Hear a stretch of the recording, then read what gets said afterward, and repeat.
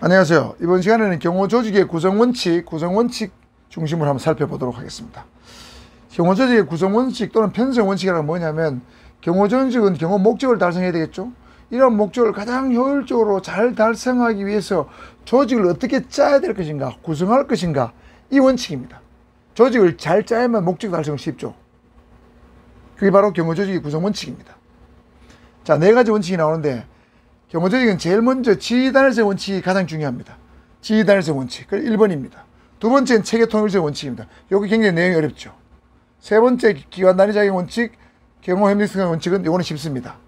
그래서 요 부분하고 요 부분이 제일 어려운데, 특히 체계 통일성 원칙이 굉장히 어렵기 때문에 설명을 좀 집중해서 들으시면 좋겠습니다. 자, 지휘 단일성 원칙은 간단합니다. 그냥 단일성 원칙이라 하기도 하고, 지휘 단일성이라 하기도 하고, 지휘관 단일성이라고 하기도 하고, 다 같은 말입니다. 자, 이거 한마디로 쉽죠, 이거는. 자, 여러분, 경호 업무는 긴급하고 중단되죠. 특히 긴급합니다. 수초, 수십초, 수백초 안에 모든 걸 끝내야 됩니다. 판단을 끝내야 됩니다. 결정을 끝내야 됩니다. 경호 업무의 현장에서는, 경호 현장에서는 지휘관의 신속한 결정, 판단이 매우 중요합니다. 또 현장에는 경호원의 판단이 중요할 때도 있습니다.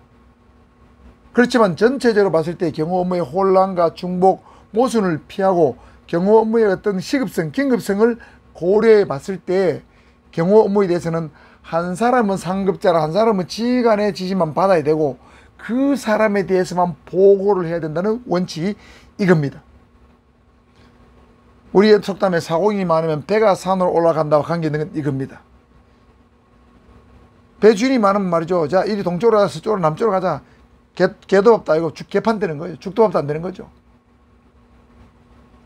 자, 그래서 63년도에 케네디 대통령이 암살된 사건을 제가 몇 번 다뤘는데, 이때 암살에 성공한 이유는 여러 가지가 있습니다만은, 케네디 대통령이 자기 우측에 있는 경호원 보고 좀 비켜라. 너 자네가 있음으로써 말이야, 이 국민들이 눈에 안 보인다. 내가 얼굴 잘 안 보이고 국민이 안 보이고 또 시민들이 잘 안 보이니까 네가 좀 비켜라. 이렇게 지시를 했다고 해요. 그 바람에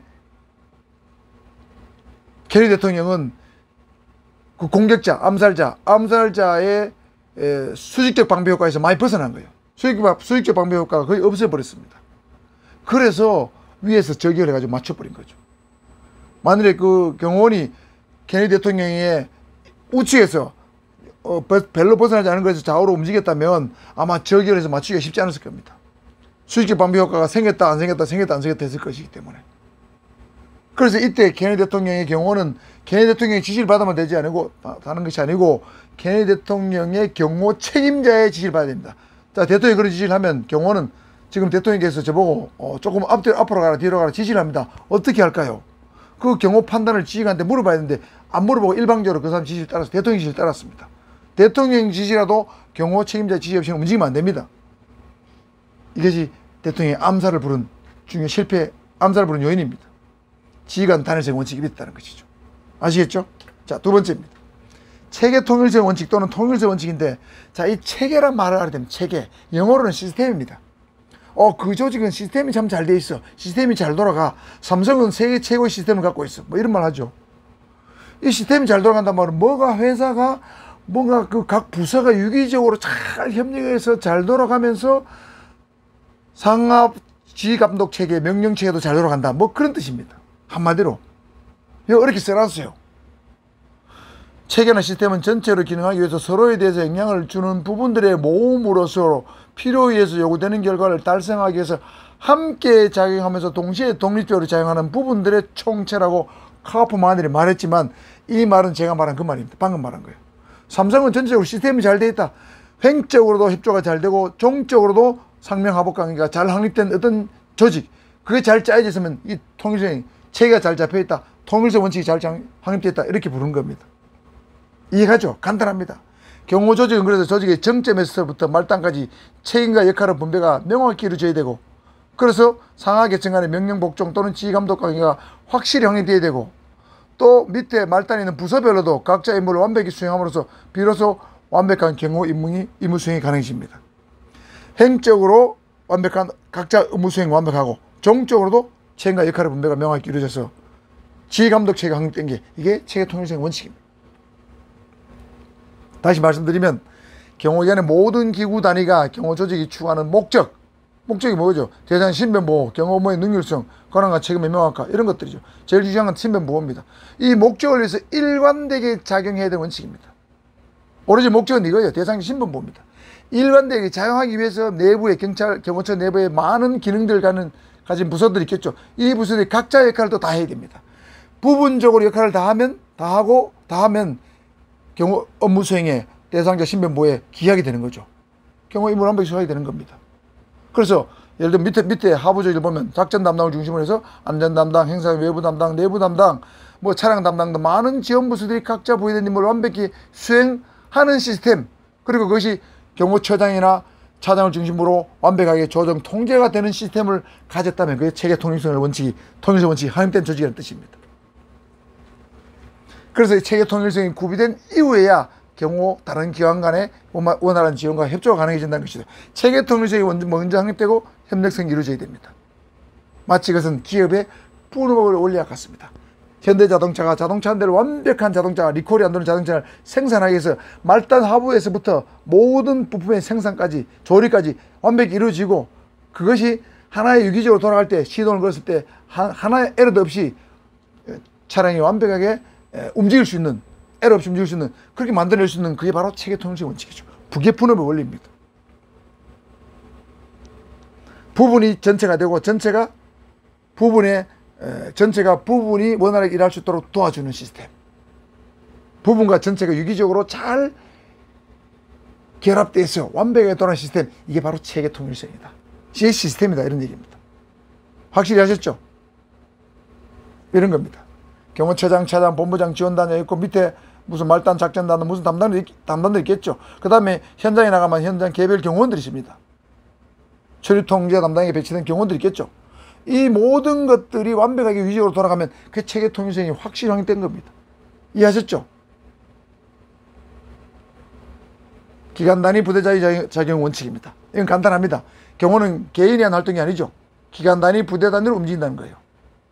그래서 경호 임무 수행을 위한 결정은 지휘관만이 할 수 있고 책임도 원칙적으로 지휘관만이 집니다. 물론 부분적으로는 밑에 하부 책임자도 될 수 있지만 근본적으로는 지휘관이 제어야 된다는 뜻입니다.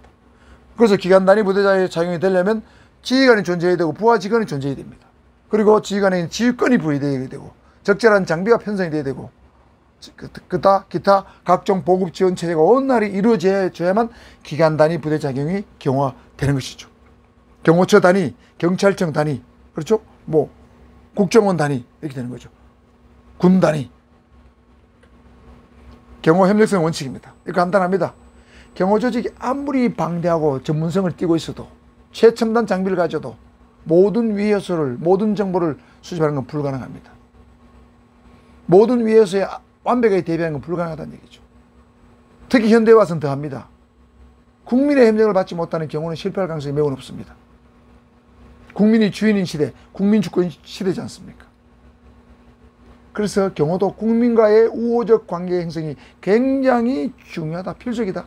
이런 시대에 왔다는 거죠. 그래서 우호적 국민들은 필요하면 우리 대통령을 보호하기 위해서, 대상자를 보호하기 위해서 유익한 정보, 필요한 정보를 제공해 줄 수 있다는 거죠.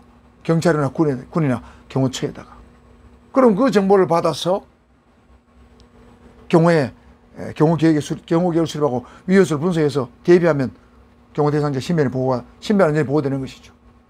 마치 경찰이 범인을 잡을 때 경찰 혼자 힘으로 잡을 수 없듯이 국민의 제보를 받아서 잡는 경우가 많죠. 공개 수배를 해가지고 국민의 제보를 통해서 많은 범인을 잡았습니다. 이거 경찰 범인 근거에서 경찰 협력성 원칙과 똑같은 거예요. 경호도 마찬가지라는 거죠. 자, 그래서 오늘 이번 시간에는 그런 걸 살펴봤는데, 자, 암기법입니다.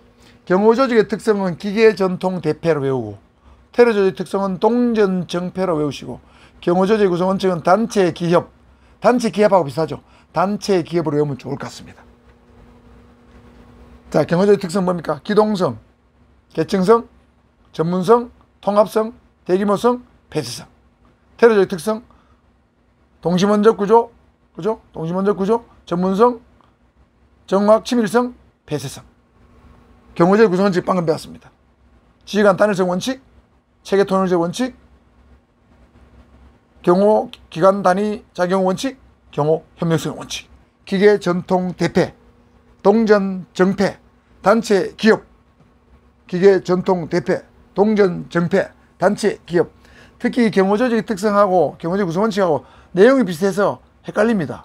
여기 통합성하고 체계 통일성 원칙 비슷해요. 통합성, 체계 통일성 원칙 매우 비슷합니다. 그래서 통합성은 조직의 특성에 속하고 체계 통일성 원칙은 조직의 구성 원칙에 속한다. 이런 것도 확실히 구분해 두셔야 됩니다. 자, 두 문자로 외우고 내용도 외우고 이거는 이해 바탕에 줘야 됩니다. 잘 이해하셨죠? 자, 오늘 영상 여기까지 마치겠습니다. 얼마 안 남았으니까 지금 8월 말인데 얼마 안 남았습니다.